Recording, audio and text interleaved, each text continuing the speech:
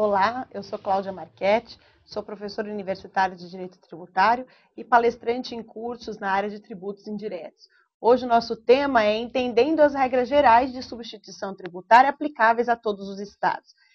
Antes de começarmos propriamente o curso, é importante dizer o seguinte: a legislação de substituição tributária, a federal, inclusive, e as estaduais, elas são cheias de lacunas, ou seja, elas não resolvem todos os problemas que nós temos na prática, todos os problemas operacionais que nós temos com substituição tributária. Por quê? Porque é impossível a legislação levar em consideração todos os detalhes que acontecem em cada uma de nossas empresas, seja ela indústria, prestadora de serviço, comércio, enfim. Então, ela é muito mais genérica. Portanto, é de suma importância nós entendermos a sistemática da substituição tributária, nós entendermos a lógica da substituição tributária, para que nós possamos criar conceitos na nossa cabeça para suprir essas lacunas e tomar decisões que muitas vezes são importantes para a empresa.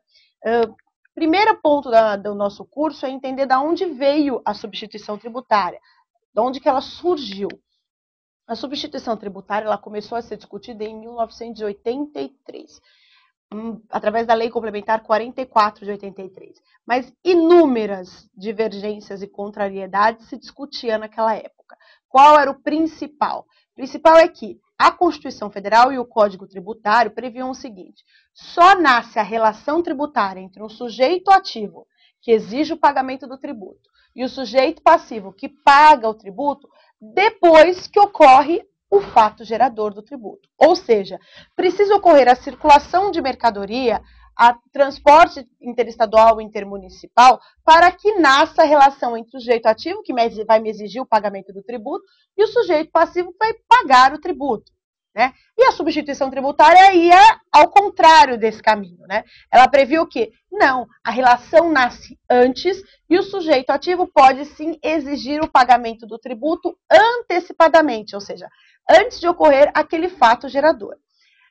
Então, inúmeras discussões a respeito, até que, em 1993, a Emenda Constitucional 3 de 93 constitucionalizou esta sistemática, certo?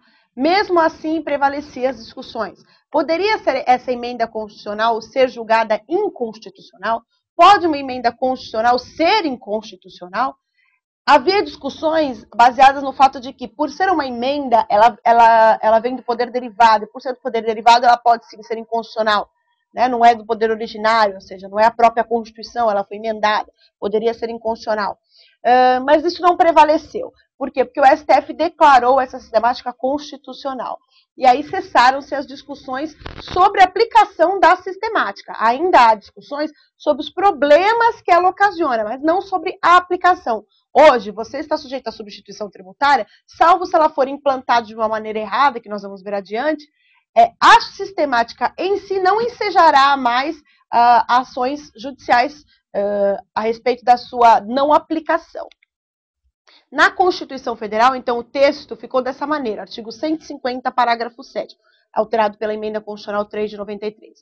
A lei poderá atribuir a sujeito passivo da obrigação tributária, ou seja, aquele que paga, a condição de responsável pelo pagamento do imposto, ou seja, olha lá, ele vai ser responsável pelo aquele que praticou o fato gerador, né? Pelo pagamento do imposto ou contribuição, cujo fato gerador deve ocorrer posteriormente, assegurada a imediata e preferencial restituição da quantia paga, caso não se realize o fato gerador presumido. Então, esse parágrafo resumiu que o sujeito ativo pode sim cobrar imposto antes que aconteça o fato gerador, e que ele pode cobrar de um responsável, ou seja, de uma terceira pessoa que, por força de lei, é chamada a recolher o tributo em nome daquele que efetivamente praticou o fato gerador.